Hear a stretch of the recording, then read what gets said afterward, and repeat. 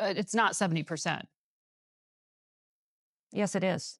It Seven, absolutely is, Margaret. 70% of everyone You you have guys keep detained changing has. your percentage. You pick and choose what numbers you think work, but that is the facts, is that 70% of the people that we have detained have charges against them or have been convicted of charges, and they need to be brought to justice. And we're going to keep doing that no matter how much you guys keep lying and don't tell the public the truth. It started with the raid. It ended with a shooting. And now the Secretary of Homeland Security is facing the ultimate constitutional consequence. After a deadly week in Minneapolis that saw federal agents clash with local police and citizens alike, House Democrats have officially introduced articles of impeachment against Kristi Noem. We are going to walk you through exactly what happened on the ground, the discrepancy in the data that has Washington reeling, and the defense the secretary is offering to the nation. Good evening. We begin tonight with a situation that has spiraled rapidly from a law enforcement operation into a full-blown constitutional crisis. For the past week, the eyes of the country have been fixed on Minneapolis, Minnesota. What was described by the Department of Homeland Security as a targeted enforcement operation has devolved into chaos, resulting in the shooting of a civilian by a federal agent, the detention of U.S. citizens, and now a formal move by members of Congress to remove the cabinet secretary responsible for it all. To understand why this is happening right now, we have to look at the events of the last few days in sequence. It is a story about the use of force, the accuracy of government data, and the very specific promises made by the current administration. The catalyst for this entire political firestorm is a massive, ongoing ICE operation in the Twin Cities. According to Homeland Security Secretary Kristi Noem, this is the largest operation in the history of her department. Good morning. Well, DHS calls this the largest operation in its history, nearly 3,000 federal agents out there. Is this an open-ended deployment, or is there a metric for success that ends it? Well, I think every day we get a murderer off the streets of Minneapolis, the public is safer. And President Trump is keeping his promise to the American people. And we literally have arrested and detained thousands of illegal criminals in Minnesota since President Trump came back into the White House. And I've never met a family. Nearly 3,000 federal agents have been deployed to the streets of Minneapolis. The stated goal, according to the secretary, is to remove dangerous criminals, murderers, and rapists from American communities. But the reality on the ground has painted a much more complicated and volatile picture. The tension in Minneapolis reached a breaking point with the shooting of a woman named Renee Good by an ICE agent. This incident has become the flashpoint for everything that has followed. According to Secretary Noem, the shooting was justified. She claims that Renee Good weaponized her car and threatened the life of a law enforcement officer named Jonathan Ross. These numbers show you do not have the American public on your side. Does that concern you?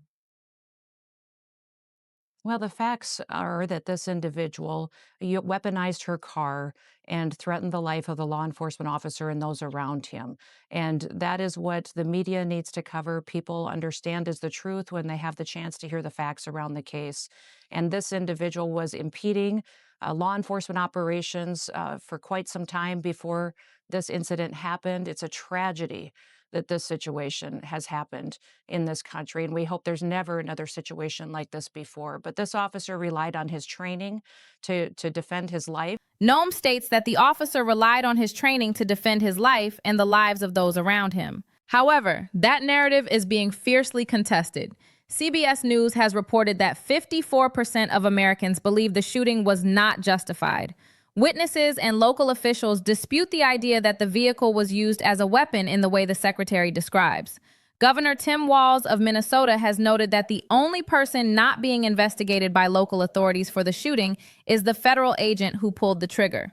This single violent event has cracked open a much larger debate about how these raids are being conducted, and that debate arrived on the floor of the United States House of Representatives this week. House Democrats have introduced articles of impeachment against Secretary Noem. This is not a threat of future action. It is a process that has already begun. Representative Delia Ramirez took to the podium to announce that they have the support of more than 20 members of Congress already. The charges are serious. They are not merely policy disagreements. The articles of impeachment accuse Secretary Noem of high crimes and misdemeanors, specifically obstruction of congressional oversight and lying to Congress. Representative Ramirez described the situation in stark terms. She spoke about people being snatched from their neighborhoods and families being torn apart. She cited a pattern of the secretary ignoring court orders and creating what she called inhumane conditions in the detention centers. One of the most chilling aspects of the congressional presentation was the description of the fear now gripping immigrant communities. Representative Ramirez noted that in her own district, people are afraid to go to work or take their children to school. We're being attacked by our own people, by our own federal government, by masked men without ID that are taking people away for God knows why. They're not pedophiles. They're not rapists. They're not criminals. They're taking people from schools. They're taking high school kids. She mentioned that she tried to hold a town hall meeting, but her constituents were simply too afraid to attend, fearing that gathering in public would make them targets for federal agents. But the impeachment articles go beyond just the atmosphere of fear. They allege a specific betrayal of the public trust. The lawmakers argue that the Department of Homeland Security under Noem's leadership has been turned into a tool for political persecution rather than national safety. They argue that the secretary has effectively declared war on immigrant communities and by extension on the rule of law itself. This is the most serious development we have seen in the relationship between the executive branch and Congress in this term. It is a direct challenge to the authority of the secretary to conduct these operations in the way she has chosen. Now, you might be asking, how does the secretary respond to this? Is she stepping back? Is she pausing the operations to allow for an investigation? The answer is a definitive no. So how do you judge when you've gotten everyone off the streets that you say is, requiring your federal agents be there? How do you say we've had mission accomplished? Well, we won't stop until we are sure that all the dangerous people are picked up, brought to justice, and then deported back You to don't their have a home number countries. or a date? We wouldn't be in this situation. We wouldn't be in this situation if Joe Biden hadn't allowed our open border policies to be in place and allowed. Secretary Noem appeared on national television this Sunday to defend her actions and the actions of her agents. In a contentious interview on Face the Nation, she doubled down on every aspect of the Minneapolis operation. When asked if there was a metric for success that would end the deployment, Noem was clear. She said they would not stop until they were sure that all dangerous people were picked up and deported. She tied the operation directly to President Trump, stating that he is keeping his promise to the American people to enforce the law. But this is where the story gets bogged down in a dispute over basic facts, a dispute that forms the basis of the lying to Congress charge in the impeachment articles. Secretary Noem repeatedly claimed during her interview that 70% of the individuals detained in these raids have criminal records. She was emphatic about this number. She insisted that these are people with convictions for violent crimes, both in the United States and in their home countries. However, the data from her own department tells a different story. During that same interview, Margaret Brennan of CBS pointed out that the agency's own reporting shows that only 47% of those detained have criminal convictions. That is a massive discrepancy. We are talking about the difference between a targeted operation against dangerous felons and a dragnet that is sweeping up people with no criminal history more than half the time. Okay. Well, our reporting is that 47%, based on your agency's own numbers, 47% have criminal convictions against them. But let's talk about the other You're numbers. wrong again. Absolutely. We'll get you the correct numbers so you can use. When confronted with her own agency's numbers, Secretary Noem did not concede. She told the interviewer, "Wrong again," and promised to provide correct numbers in the future. She accused the media and her political opponents of picking and choosing numbers to fit a narrative, while insisting that the 70% figure is the absolute fact. This is not just a rounding error. This is a fundamental disagreement about who is being arrested by the federal government. And it matters because the justification for this massive deployment of 3,000 agents is the removal of violent criminals. If the data shows that the majority of people being picked up are not violent criminals, the entire premise of the operation comes into question. This leads us to the collateral damage of these raids. The reports coming out of Minneapolis suggest that it is not just undocumented immigrants with criminal records who are being caught in the crossfire. There are reports of U.S. citizens being detained.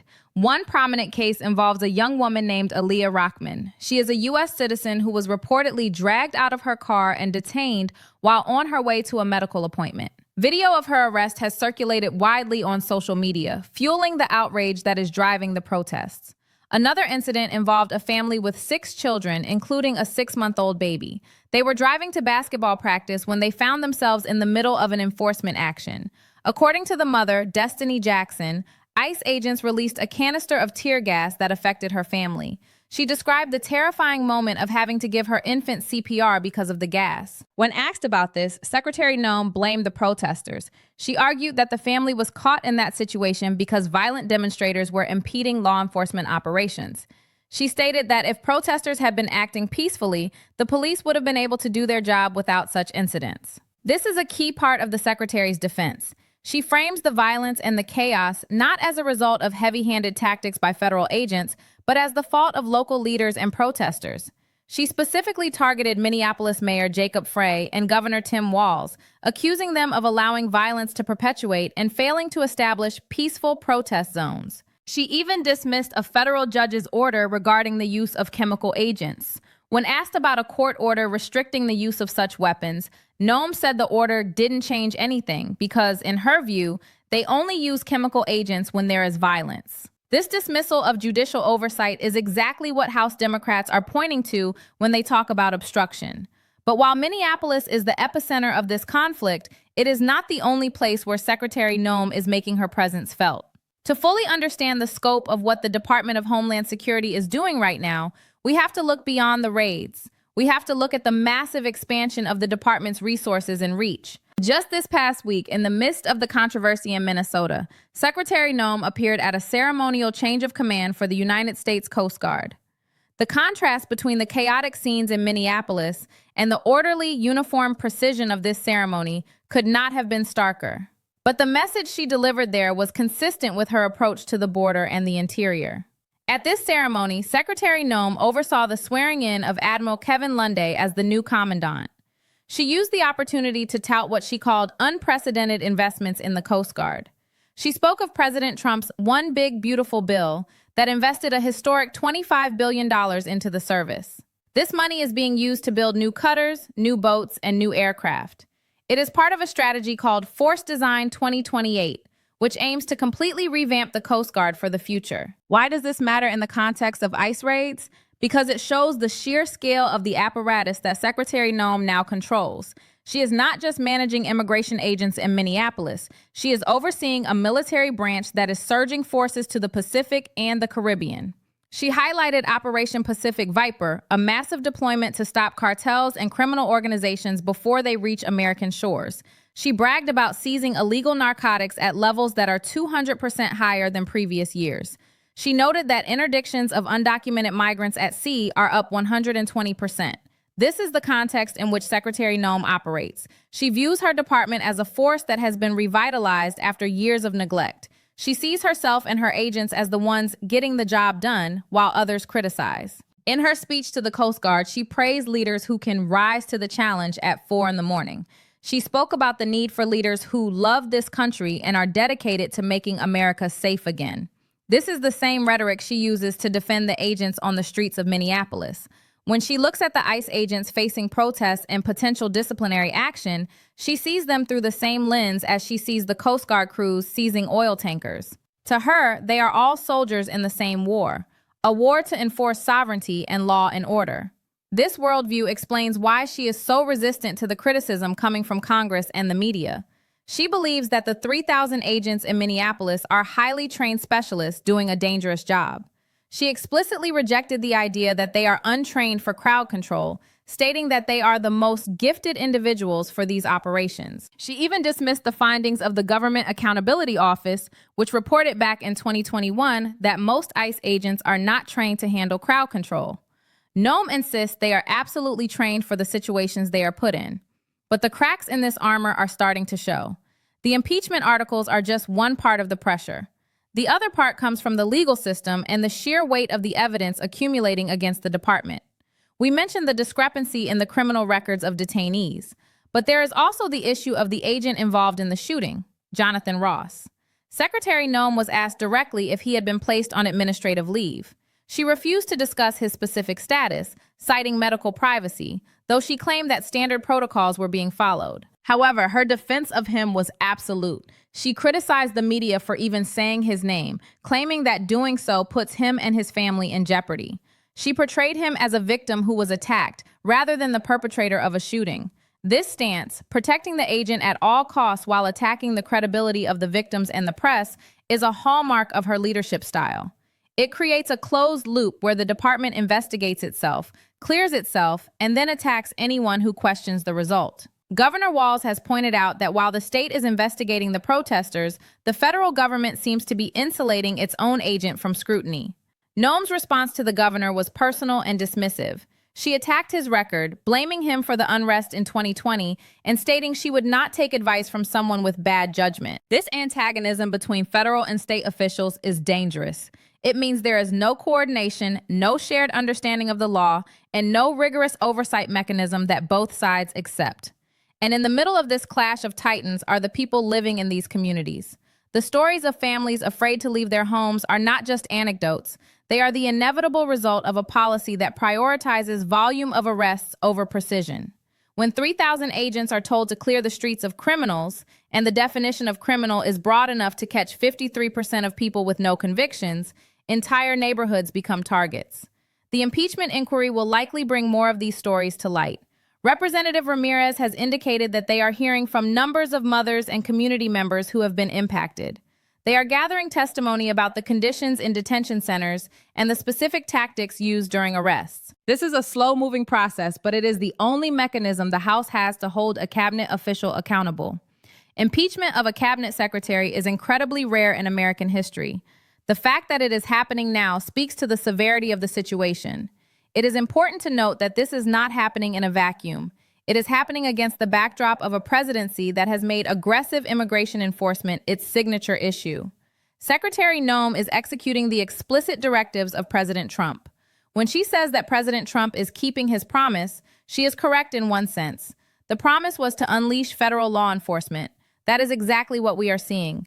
The question is whether the execution of that promise violates the Constitution and the basic human rights of the people in this country. The House Democrats argue that it does. They argue that lying to Congress about arrest statistics is an impeachable offense. They argue that obstructing oversight is a high crime. They argue that creating a climate of fear and targeting citizens are violations of their oath of office. Secretary Noem argues that she is saving lives. She points to the murderers and rapists she claims to have removed. She points to the drugs seized by the Coast Guard. She points to the billions of dollars invested in national security. These two narratives are currently on a collision course. In the coming weeks, we will see hearings, subpoenas, and likely more protests. The situation in Minneapolis shows no sign of de-escalating. As long as federal agents are on the streets in these numbers, and as long as the leadership in Washington refuses to acknowledge the collateral damage, the potential for another tragedy like the shooting of Renee Good remains high. We will continue to track the specific allegations in the articles of impeachment as they move through committee.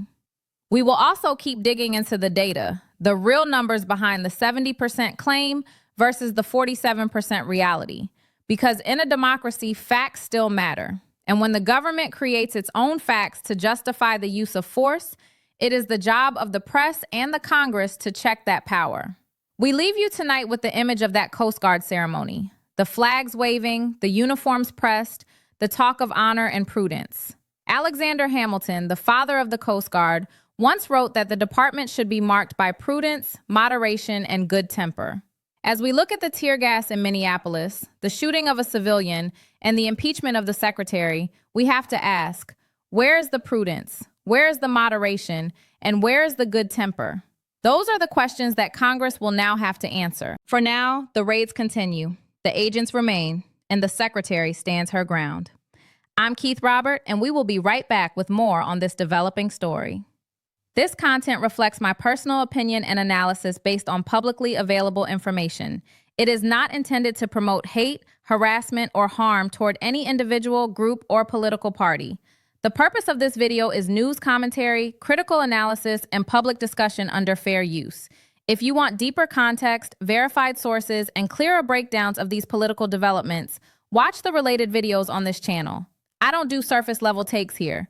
Subscribe and explore the full playlist to understand the complete picture, not just headlines. This story is far from over. Thank you for joining us. Stay safe and stay informed.